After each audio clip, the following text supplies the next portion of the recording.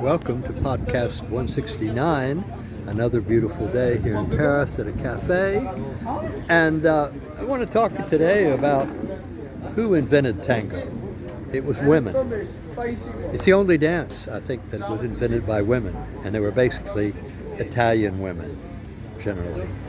And in Italy, they have an expression, the men, they tell the woman, choose me, please.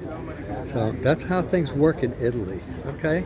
So the reason the French, the Americans, the Germans, the other nationalities, they don't understand tango is because all the other dances, I think, basically created by men, okay? And the men do the choosing, or they think they do the choosing. It's debatable. And so this is what the problem is. A French man was telling me I couldn't have beer. He thinks he's in charge of the dance. He's not. The women are. The women decide.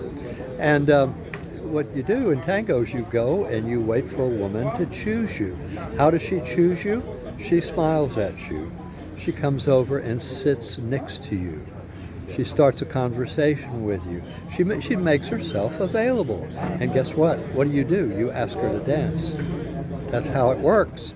So this is the thing. So it's not only the French that don't understand tango and they'll tell everybody how to dance tango, because it's the men generally doing that, but also Americans. I was in San Francisco and I went to a club called Valencia in South San Francisco, very nice club. And I went in there, sat at a table, and all the men were health crazy, health nuts, right? They were all athletes and so on and so on. And they were all drinking distilled water because it's healthy. No alcohol, right? And there's a Russian girl there. And of course, excuse me, me being me, I bought the Russian girl a vodka and shared it with, and got my own vodka, and we shared the vodka. And the men were furious with me. They go, "You can't do that at tango." And I go, "Why?" They said, "Because if you drink alcohol, it ruins your dancing. It's an athletic thing that, you need to be drinking distilled water, and you don't want to be buying her alcohol." And I'm going, "You guys are crazy." And the Russian girl looked at me, and you know what she said? She said, "Derek, do you want to go someplace else?" And we did. I left with a Russian girl that all the men were after, right? Because she's not stupid. So anyway, that's what I'm trying to say. So it's the people who understand how tango works are the Italians and the Argentines, who are mostly, I think 90% of the population of Argentina is Italian. So these are the people who understand what tango is and how it is. And it was started by the prostitutes of Buenos Aires, who were from the fashion district in Milano. They were political refugees, very well-dressed, beautiful women, high class, but they had to become prostitutes when they went to Argentina. They had no money. And so instead of waiting for the man to come to the bordello, they would go out on the street and find men to dance with and decide which ones they wanted to sleep with that night by holding these men in their arms. So that's how tango works. So, you don't tell people, if you're a man, you just keep your mouth shut and let the woman run the game. And women made the rules. That's why you can only dance with a woman 4 dances, generally. And then there's a break called a cortina, and then you have to change partners. Why?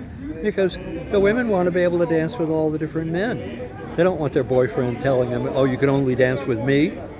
And in fact, you see a lot of that in France. The boyfriends don't let their women dance with other men, and that's wrong. That's not how the dance works. So basically, that's what I'm trying to say. So I'm not against the French not understanding tango. I'm not against anything. I'm for doing it the way the Italians do it, where you let the women rule.